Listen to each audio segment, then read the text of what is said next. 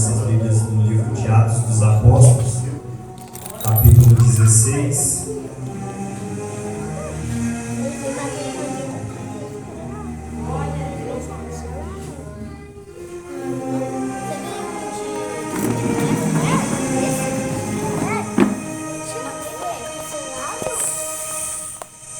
Capítulo 16, versículo 11.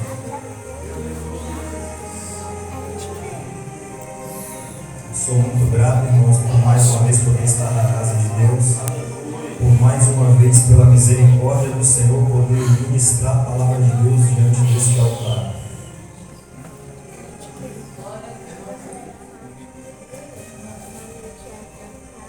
Todos acharam? Atos dos Apóstolos, capítulo 16, versículo 11. Aqueles que puderem se colocar de pé em referência à palavra do Senhor. Atos dos Apóstolos, capítulo 16, versículo 11, está dizendo assim: E navegando de Troade, fomos correndo em caminho direito para Samotrace, e no dia seguinte para Neápolis, e dali para Filipos, que é a primeira cidade desta parte da Macedônia, e é uma colônia. Estivemos alguns dias nesta cidade, e no dia de sábado saímos fora das portas para a beira do rio, onde se acostumava a fazer oração. Então, assentando-nos, falamos às mulheres que ali se ajuntaram. E uma certa mulher chamada Lídia, vendedora de púrpura, da cidade de Tiatira, e que servia a Deus, nos ouvia. E o Senhor lhes abriu o coração, para que estivesse atenta ao que o Paulo dizia. E depois que foi batizada, ela e sua casa nos rogou, dizendo: Se haveis julgado que eu seja fiel ao Senhor, entrai em minha casa e ficai ali. E nos constrangeu a isso. Amém? Aqueles que quiserem aguardar com a Bíblia aberta, podemos assentar. Eu vou tentar falar um pouco sobre... O meu desejo seria falar sobre um capítulo inteiro de Atos, mas não sei se assim vai ter tempo. Mas creio que Deus irá ministrar em nossos corações, porque nós viemos aqui com o desejo de ouvir a palavra de Deus. Assim como a igreja tem o desejo de ouvir a palavra de Deus, também eu tenho esse desejo de ouvir a palavra de Deus, de ouvir a voz de Deus, de ver o que Deus tem para falar conosco através da Bíblia, da sua palavra. Sabemos nós, irmãos, que Atos dos Apóstolos nada mais quer dizer, o seu nome já diz Atos, ou seja, o que os apóstolos fizeram, né? Atos, aquilo que os apóstolos fizeram. E esse livro ele é escrito depois dos evangelhos, porque os apóstolos foram escolhidos por Jesus para serem apóstolos, ministros da palavra lá nos evangelhos. Então, logo após Lucas, também escritor de um livro evangélico com o nome de Lucas, o mesmo vai escrever Atos dos Apóstolos. E eu aqui quero lançar uma pergunta: quem aqui é amigo de Deus? Só os amigos de Deus, deixa eu te conhecer nessa noite. Só os amigos de Deus, levanta a mão. Só quem é amigo de Deus, levanta a mão. Só os amigos de Deus, com a mão para lá. Só os amigos de Deus. Só aqueles que são amigos de Deus. Só os amigos de Deus. Olha para o irmão que está do seu lado e diga assim: eu sou amigo de Deus. Eu sou amigo de Deus. Sabe por quê, irmãos? Porque nós vamos ver nos evangelhos, Lucas ele vai escrever e vai dizer para um homem, e o seu significado era amigo de Deus, ó excelentíssimo Teófilo. E estudos bíblicos, homens que fizeram teologia para investigar essa passagem bíblica, vão chegar à conclusão que uns vão acreditar que Teófilo era uma pessoa com o nome de Teófilo, e outros vão acreditar que Teófilo é todo aquele que é amigo de Deus. Sabe? Todos aqueles que é amigo de Deus também se encaixam nessa palavra como ó excelentíssimo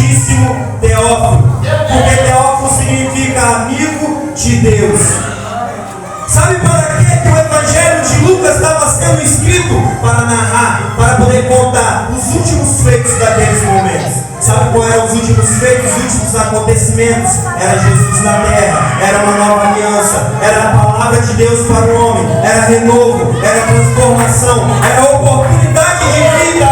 E se você declarou nessa noite que você é amigo de Deus, a verdade não será escondida de você, a verdade não será escondida de você, a verdade não será escondida dos amigos de Deus. Sabe para que Lucas escreveu o livro de Lucas? Para os amigos de Deus, para poder contar para os amigos de Deus que tinha salvação, para contar para os amigos de Deus que tinha transformação, para contar para os amigos de Deus que eles não poderiam ficar enganados. Só os amigos de Deus não serão enganados. Só os amigos de Deus não serão enganados. Só os amigos de Deus. Deixa eu ver se você é amigo de Deus. Deixa eu ver se você é amigo de Deus. Deixa eu ver você nessa noite. Glorifica o nome dele. Glorifica o nome dele. Os amigos de Deus não serão enganados pelo espírito da Babilônia que jaz no mundo de hoje. Os amigos de Deus não serão enganados, porque conhecereis a verdade e ela vos libertará. Só os amigos de Deus vão conhecer a verdade. Não é para todos, é só para os amigos. João, o Evangelho de João, ele vai dizer no seu capítulo 1 que Jesus veio para os seus. Sabe quem eram os seus?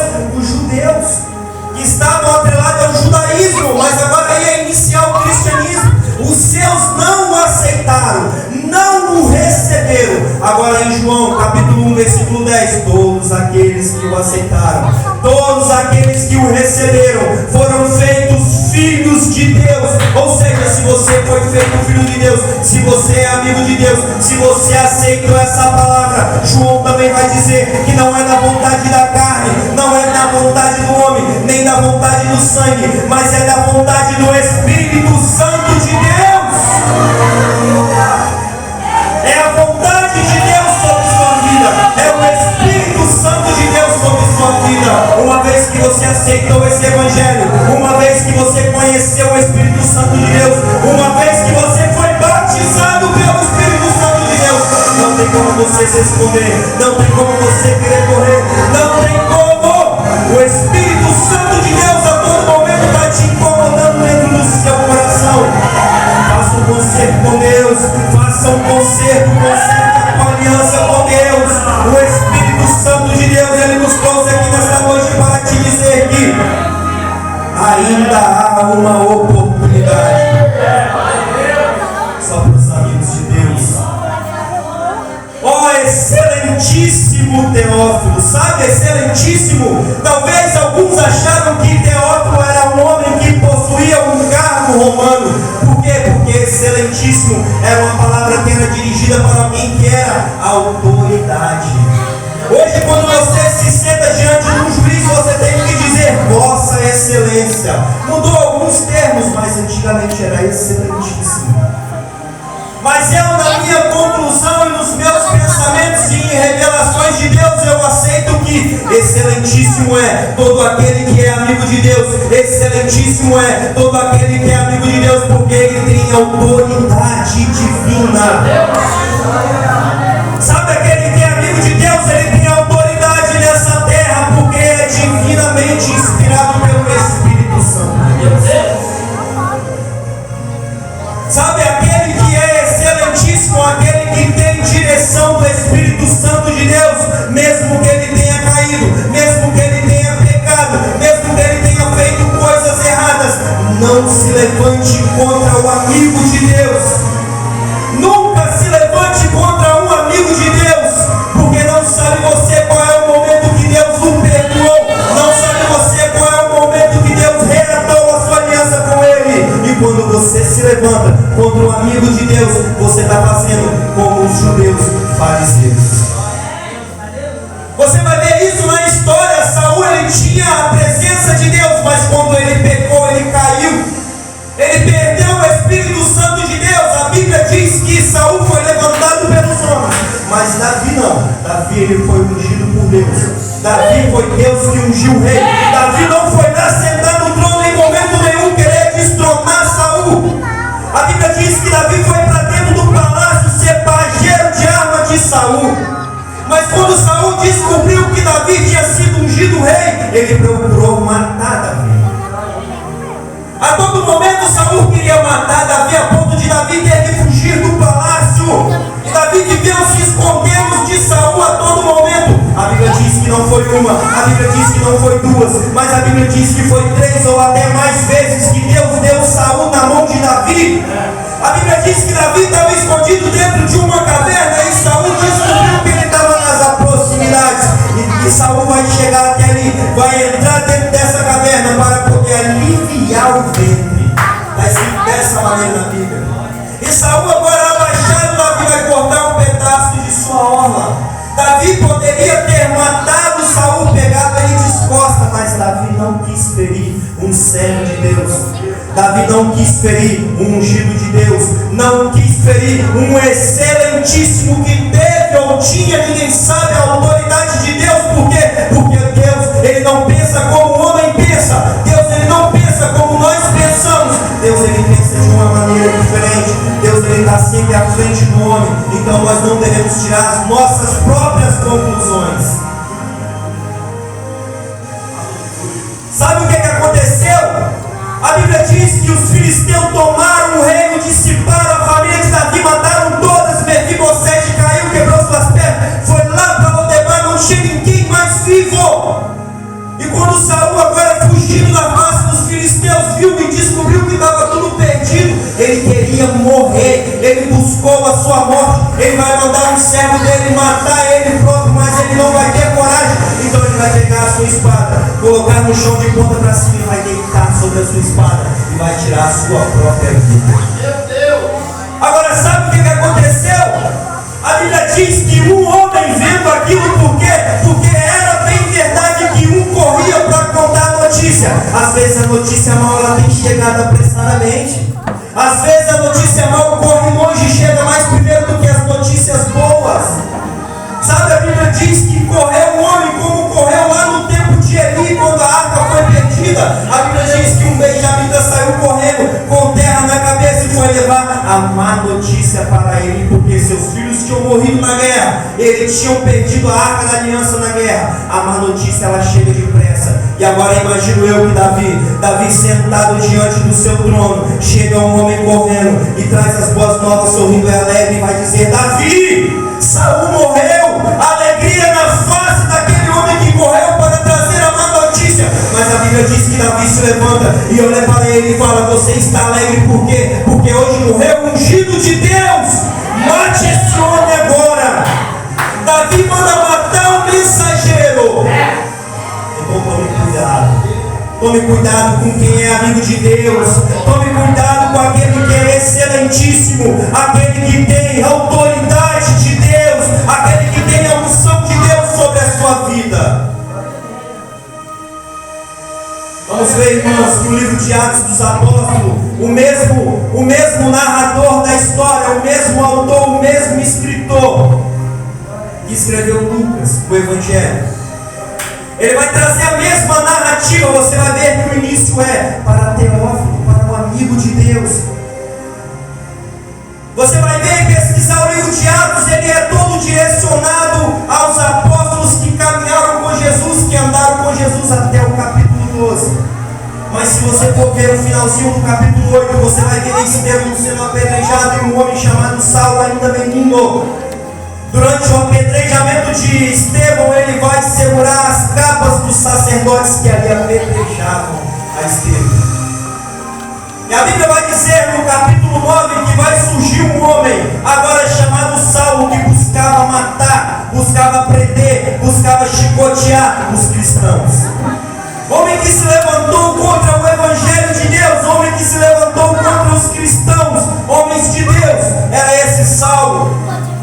Sabe, a Bíblia diz que ele pediu cartas essas aos sacerdotes, com direito de ir até Damasco prender ali o povo de Deus.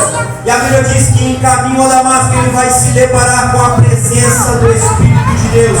Jesus verdadeiramente falou com aquele homem naquele dia, e a Bíblia diz que ele caiu por terra e se fez como morto. A Bíblia diz que Saulo agora ficou cego porque viu a presença de Deus. E Saulo vai ser levado, vai ficar na casa ele vai receber uma revelação de Deus, que um homem por nome de Ananias iria vir profetizar na vida dele para que ele voltasse a enxergar. Sabe, irmãos, eu vejo essa conversão de Saulo, ou seja, eu me identifico muito, por quê? Porque nos dias de hoje nós também somos escolhidos pelo Espírito Santo de Deus. Assim como eu disse no início, você não veio aqui por sua vontade, mas o Espírito Santo de Deus te acolheu, o Espírito Santo de Deus te escolheu. Você não aceitou o Evangelho, foi o Evangelho que te aceitou. Você não aceitou Jesus, foi Jesus que te escolheu. Sabe, os discípulos sentaram à mesa com Jesus, comeram do pão, partilharam do pão, ouviram diretamente o mestre falar com eles. Mas Saulo não, Saulo foi diferente. Ele teve um contato com o Espírito de Jesus, ele teve um contato com a presença de Jesus. Sabe, nós podemos ter a entender que Saulo era um homem muito corajoso. Por quê? Porque ele buscava prender os cristãos. Sabe, ele acreditava que isso era verdade, ele acreditava que isso era certo. Ou seja, Saulo estava em uma religião a qual não era verdade, mas a sua força e a sua coragem em entender que aquilo era verdade fazia com que ele pegasse os cristãos e prendesse, e batesse, e açoitasse.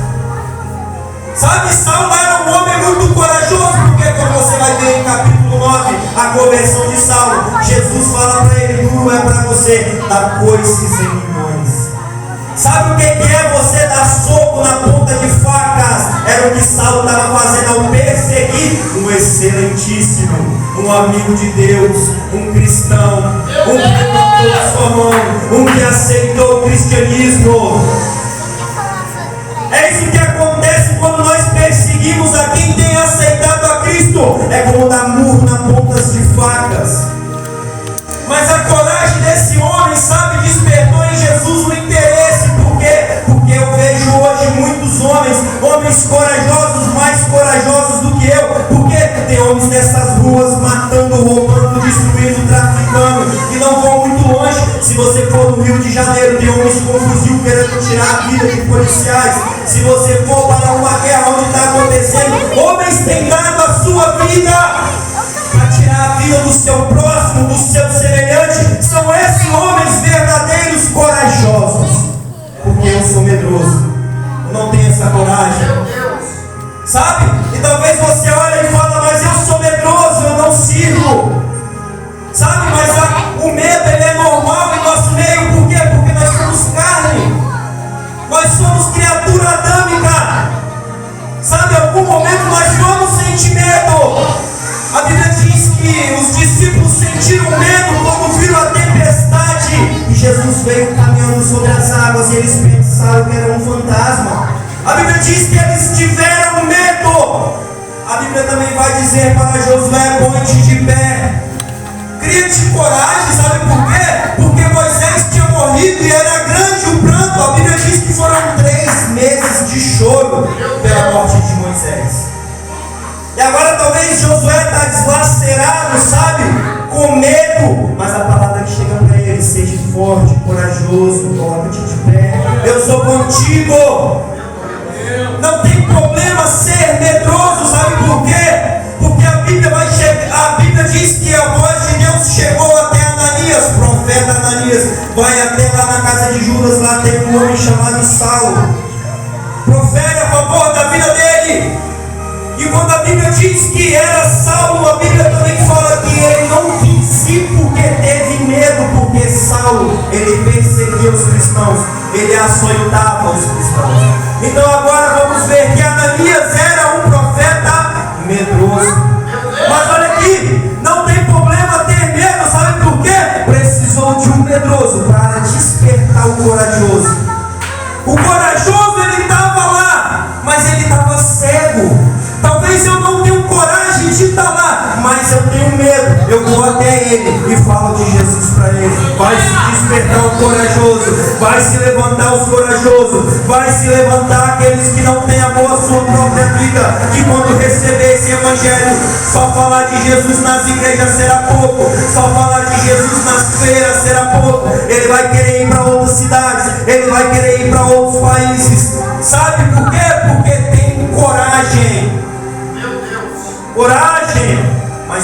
precisou de um medroso. Se não tivesse um medroso, um corajoso não despertava. Sabe? Agora nós vamos ver que Saulo, na direção do homem, ele tinha autoridade e cartas para ir até Damasco.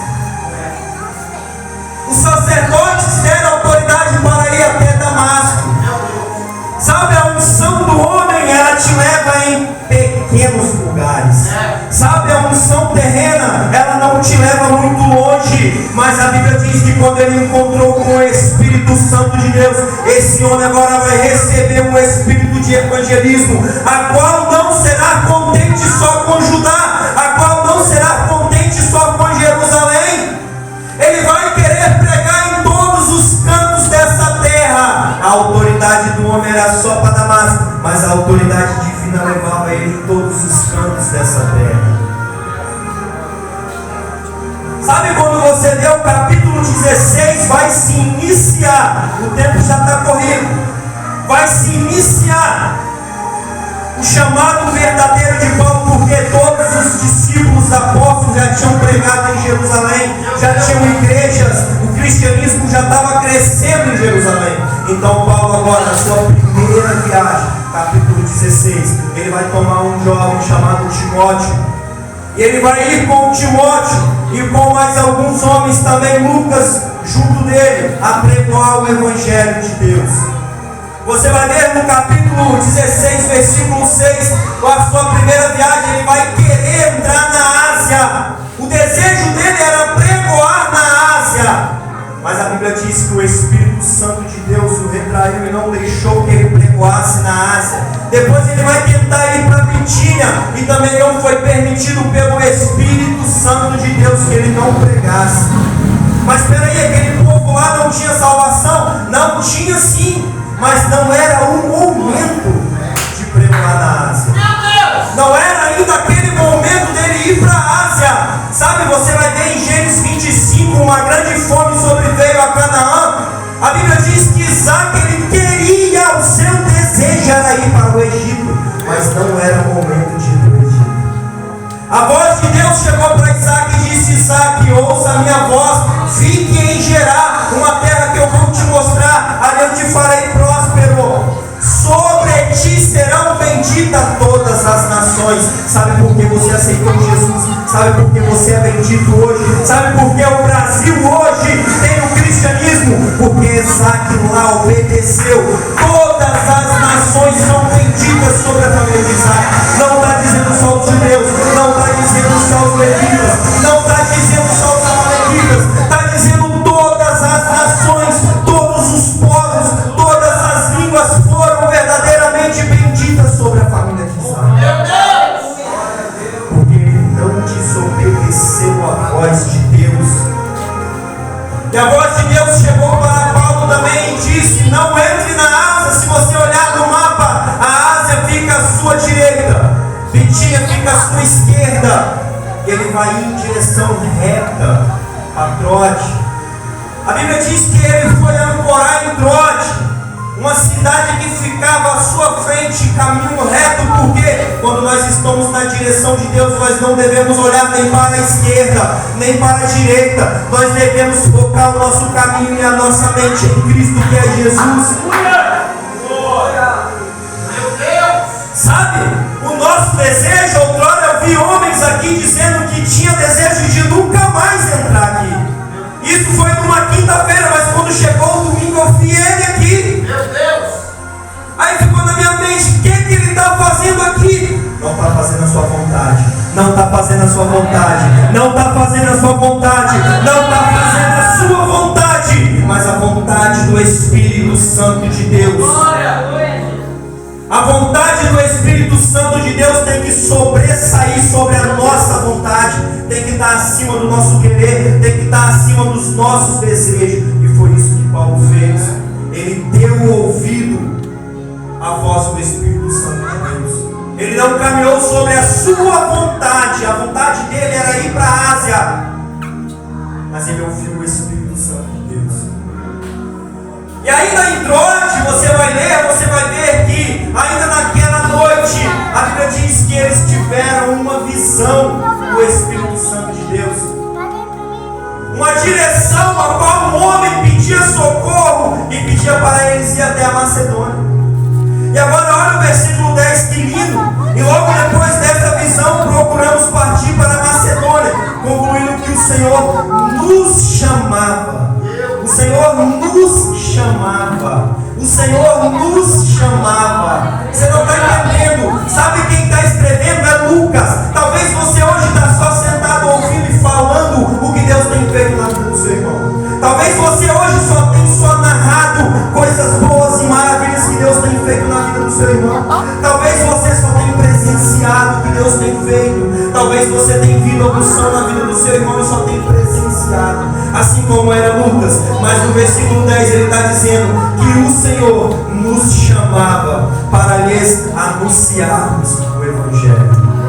Agora o narrador da história, o escritor, está dizendo que também foi chamado por Deus para poder pregar o Evangelho. Sabe, você não ficará sentado toda a vida só ouvindo, não. Deus, Ele tem te chamado porque Ele tem uma obra na sua vida. É necessário exercer a obra de Deus em nossas vidas, dar ouvido ao Espírito Santo de Deus, é entender o que Deus tem para nós. Todos foram chamados para poder anunciar o Evangelho. E agora, quando eles entram em Troade, você vai ver que eles vão passar a Samotracia e depois a Neápolis e vão parar a Filipos, umas das cidades já da Macedônia, onde eles tiveram a visão para poder ir para lá, para que não fosse nem para a Ásia, nem para a Bitínia. E já nessa cidade a Bíblia diz que foi uma colônia de pessoas convertidas. O Evangelho chegou no coração daqueles que precisavam da palavra naquele exato momento.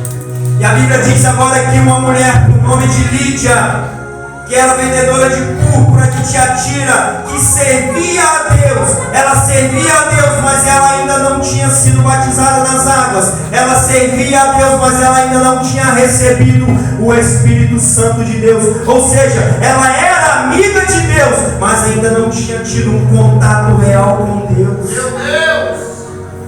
A Bíblia diz que Deus, o próprio Senhor, abriu-se-lhe os ouvidos e o seu coração para que ela prestasse atenção no que Paulo pregoava. Mais uma vez a Bíblia confirma que ela não foi achada, ela não achou o Evangelho, mas ela foi achada pelo Senhor. Mais uma vez a Bíblia confirma o que João diz no capítulo 1, que nós fomos escolhidos por Deus e nós não escolhemos a Deus. Deus, Ele abriu o coração de Lídia para que ela pudesse prestar atenção no que Paulo falava, para que ela pudesse receber o Espírito Santo de Deus. Você só recebe a presença de Deus porque é da vontade de Deus para a sua vida. Sabe, agora essa mulher e toda a sua casa vai receber verdadeiramente a presença de Deus e vão ser libertos, vão ser batizados e vão ali agora trazer aqueles homens para a sua casa e vão deixar com que eles fiquem lá, vão pedir, vão implorar para que eles passassem a noite lá. Sabe, Paulo vai se sentir até constrangido. Você vê na palavra, nos constrangeu com esse convite, sabe? A Bíblia diz que nos dias seguintes ia eles de outra hora nessa mesma oração. E tinha agora uma menina que ficava proferindo palavras, sabe?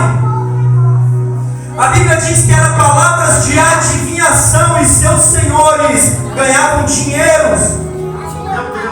A Bíblia diz que ela olhava para Paulo e para os discípulos que estavam com Paulo e dizia: aí está, verdadeiros homens de Deus que proferem a palavra de Deus.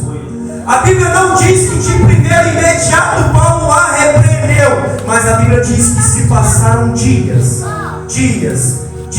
Por quê? Porque todos os dias ela olhava para esses homens e falava isso, as mesmas palavras. Aí estão servos de Deus, aí estão homens de Deus. Talvez as pessoas tenham proferido para o seu ministério, talvez eles tenham tentado te alegrar, talvez eles tenham falado palavras para te encher, mas talvez não está na direção de Deus. Sabe Paulo o que ele fez? Ele analisou. A Bíblia diz que Paulo olhou, analisou durante dias e depois ele repreendeu o espírito que estava sobre ela. Sabe por quê? Porque muitos têm heresias nos dias de hoje que têm proferido palavras que têm tido até da Bíblia, mas que não está na direção de Deus. Cabe a nós ser conhecedores da verdade e analisarmos segundo a palavra de Deus se está na direção de Deus ou não. Se nós devemos agregar aquilo à nossa vida ou não, se é de Deus ou não. Foi isso que Paulo fez. Paulo viu que aquilo era um espírito de Satanás e vai repreender. E nunca mais aquela menina teve adivinhação. Mas agora os seus senhores que ganhavam dinheiro, porque ela ficava adivinhando as coisas na direção de Satanás, vão se levantar contra os discípulos. E aqui vai acontecer o primeiro açoite de Paulo. A Bíblia diz que Paulo foi açoitado com varas. Sabe aquele que outrora perseguia, agora estava sendo perseguido. Sabe por que é assim que Deus faz? Deus não nos chamou para vivermos no confortismo, não. Para vivermos no nosso conforto, não. Sabe, vai ter dificuldades, vai. Mas Deus, Ele é conosco todo momento. E a Bíblia diz que agora eles vão ser entregues e vão ser prisioneiros. Agora talvez Paulo podia levantar sua voz contra Deus e dizer: mas eu queria ir para a Ásia, eu queria ir para a Bitínia e trouxe-me aqui para a Macedônia para ser açoitado. Porque muitas das vezes Deus tem um chamado em nossa vida e tem algo extraordinário que nós não entendemos. Queremos fazer a nossa vontade, talvez fazemos o Espírito Santo contra a nossa vontade, e vem mais pedrada, vem mais açoite, e nós, em vez de nós agradecer a Deus, em vez de nós louvarmos a Deus, como Paulo e Silas fez na prisão, sabe o que nós fazemos? Nós murmuramos contra Deus. Mas a minha vontade não é essa, isso aconteceu porque eu dei ouvido à voz de Deus. A Bíblia diz que agora eles estão prisioneiros, Paulo e Silas na prisão por volta de meia-noite. Aqueles homens começam a orar, começam a entoar hinos a Deus. A Bíblia diz que todos os prisioneiros ouviram a oração daqueles homens e verdadeiramente todos os alicerces caíram por terra. Sabe o que Deus tinha na vida de Paulo? Era muito maior do que ir para a Ásia. Sabe, era uma colônia de pessoas na Macedônia que precisavam ser libertas. Sabe, era um que tinha a excelência divina, que era amigo de Deus, chamado Lídia, que conhecia Deus, mas que ainda não tinha se convertido ao cristianismo. Era amigo de Deus. Sabe o que era maior na vida de Paulo? Era o chamado do Espírito Santo para poder ir até o cárcere e ali ser açoitado com varas e ficar preso. Por quê? Porque o carcereiro e sua família precisava ser salva. Nós não entendemos o trabalhar de Deus, nós não entendemos a direção de Deus, mas é necessário permanecer na direção de Deus. Sabe qual foi o chamado para Abraão? Sai do meio dos teus e vem para uma terra que eu vou te mostrar. Sabe, Deus não deu direção nenhuma para Abraão, só mandou que ele saísse. Deus não disse vai para a Mesopotâmia, Deus não disse vai para Canaã, Deus não deu direção nenhuma, só mandou que ele saísse. A direção só veio depois que ele obedeceu a Deus. A direção só veio na vida de Abraão depois que Abraão obedeceu a Deus e saiu do meio da sua parentela e começou a caminhar sem rumo e sem direção. Vamos ficar, irmãos, arraigados no Espírito Santo, na direção de Deus. A hora já se concluiu, eu quero finalizar aqui, irmãos. Vamos estar afirmados na presença de Deus, seguindo a voz do Espírito Santo de Deus, na direção de Deus, porque nós não entendemos o trabalhar de Deus hoje. Nós não sabemos qual o propósito hoje. Nós não sabemos porque o telhado caiu hoje, mas tem um propósito. Tudo tem um propósito. Está na direção de Deus, tem um propósito. Pode ter certeza, coisas maiores virão, coisas maiores virão, coisas maiores virão. Amém? Quem pode assim receber essa palavra?